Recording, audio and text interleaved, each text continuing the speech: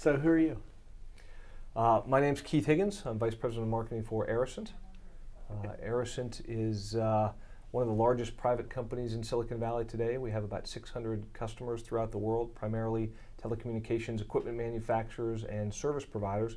And we fundamentally deliver communications expertise, primarily in the two areas that people have the biggest needs today. One is in innovation, and the other is in commercialization, or sorting out all the technology to make these dreams come to life. But what caught my attention were a couple things. One, you own Frog Design, which has some of my favorite designers. That's right. And that's weird for a technology company to have hooked up and acquired a design company. So that tells me you're doing something weird.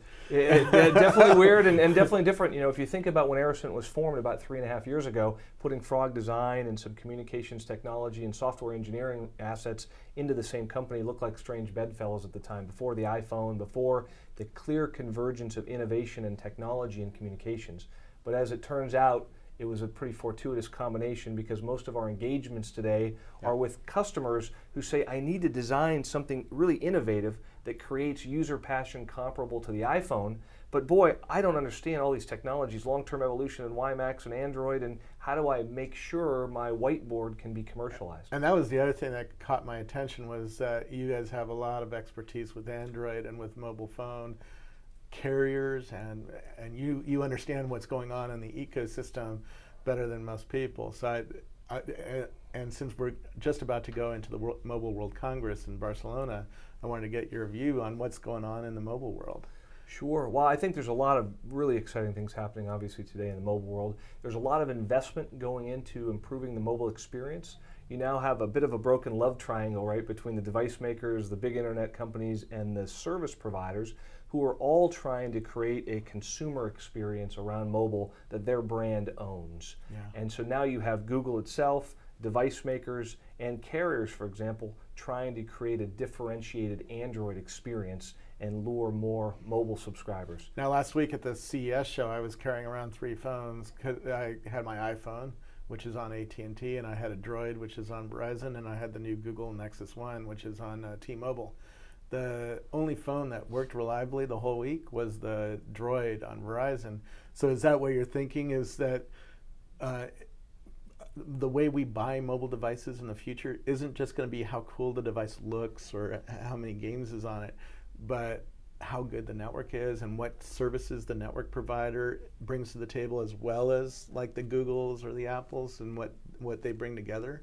That's right. We were laughing earlier about the Verizon Wireless commercial showing the iPhone on the island of misfit toys. And the reason was the network, and what you experienced was the same thing. So I think people are now understanding that a mobile experience is a combination of 3 things. It's the device itself, which there are some great devices out there. It's the ability to get to high-speed wireless access, because most of what we see today with social networking, multimedia applications, high-image photography, and so it's that piece, and then it's also the OSS, BSS portions, the operations, the way that you're billed, the way that you're able to access applications, the way your network provider connects to a world of ever-growing application developers. So most of the operators that we talk to today are thinking about implementing, loosely what they call experience strategies. How do I give you a great device? How do I make sure it's always connected to a great network? And how do I offer the most or broadest set of applications and services? Because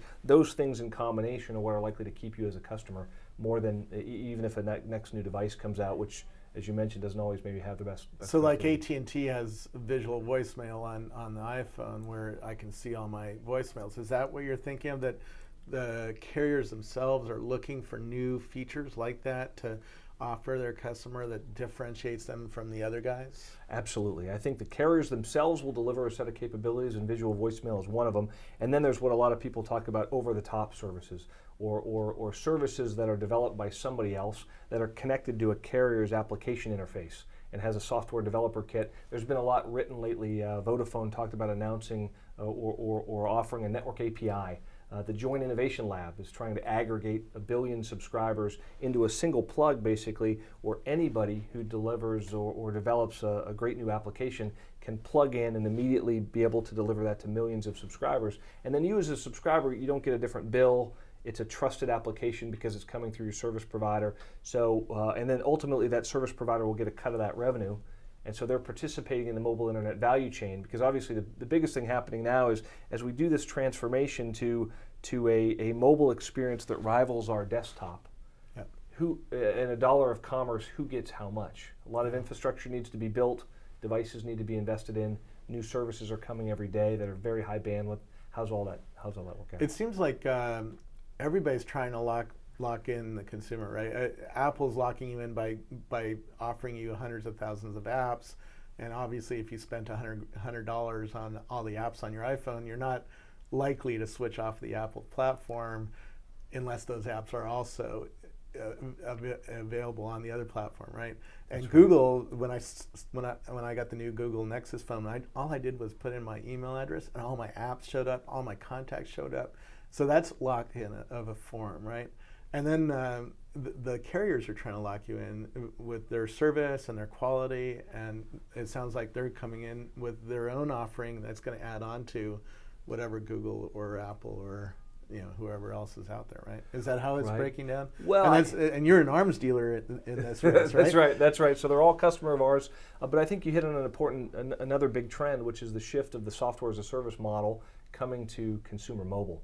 And so you mentioned it, you get this device and you plug in, it could be any device, it could be a digital picture frame, it could be a phone, it could be a printer. When you plug in your credentials, your service provider, and that might be an AT&T or another carrier, or it might be an internet company like Google, then can just basically know immediately who you are, where you are, and make sure you have access to all your applications and services. So you have a bit of a rebalancing of the workload between the device and the network, moving forward. And this is the concept really of cloud services. So people talk a lot about cloud computing, and it's interesting, and it has a lot to do with the data center, but ultimately that information has to just go from the data center out to your phone. Yeah. And so that piece of cloud services is something that the carriers are embracing, I think, pretty heavily as a strategy. And is that what you guys are working on? We work with carriers primarily on more of a holistic view of all these different components, whether it's cloud services, next generation devices, creating a differentiated Android experience, on the operational and business systems modifications that need to be made, 4G technologies like LTE and femtocell. How do you pull all this together into a vision of a subscriber experience is a lot of what we're helping with today. And one of the unique things about Aricent, as we talked about earlier, is we have Frog Design, who's very good at understanding the emotional aspects, human behavior, crafting an experience. And in the same room, we have people that say, well, here's the 7 things you should know about Android, long-term evolution, and billing that may impact your experience a little bit, and let's make sure these things are aligned well. Interesting. Can you give us a taste of what's coming both from you and from what you think of is coming from the industry at the Mobile World Congress? I think a lot of what we saw early with Android was people bringing out first generation Android platforms. Yeah. And to some extent, the differentiation was it's Android. Yeah. It has a Google search bar on it. Yeah. A simple example is some of the early instantiations of Android operating system didn't support high-def video. Yeah. In fact, Aricent was one of the first companies in the world to port high-def video onto the Android platform. And so I think what you'll see now is the next generation of Android-based experiences where a lot of the capabilities will go beyond what was basically available in 1.0 or early versions of the operating system.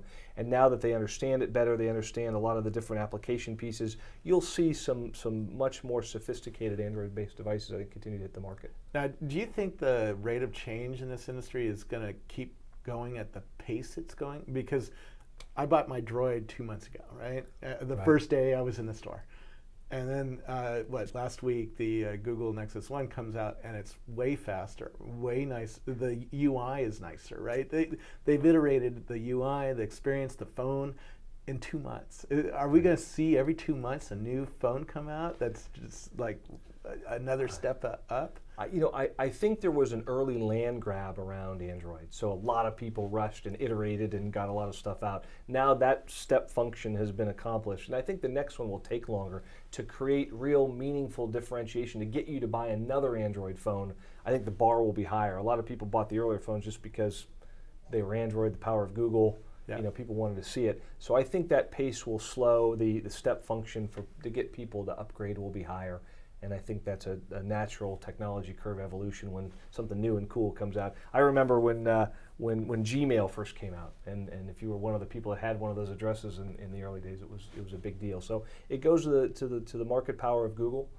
It goes also, I think, to the appetite people have and the passion they have about their mobile device, where they're willing to do things that historically they haven't been. That's interesting. I've done several interviews lately on the mobile world, because I think the mobile world is probably the most important part of the tech world right now.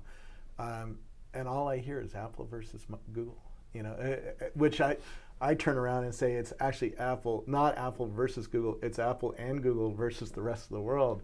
And we never hear about the rest of the world. The rest of the world seems lame in comparison to these two companies. Is that what you're seeing, how the experience, if it were, is breaking down? Well, they certainly have a lot of mind share with consumers, right? I mean, the Apple iPhone changed a lot of things. And now I do think that there are a lot of people investing in catching up. And so there's some pretty deep pockets with some pretty good core competencies around mobile devices and technology.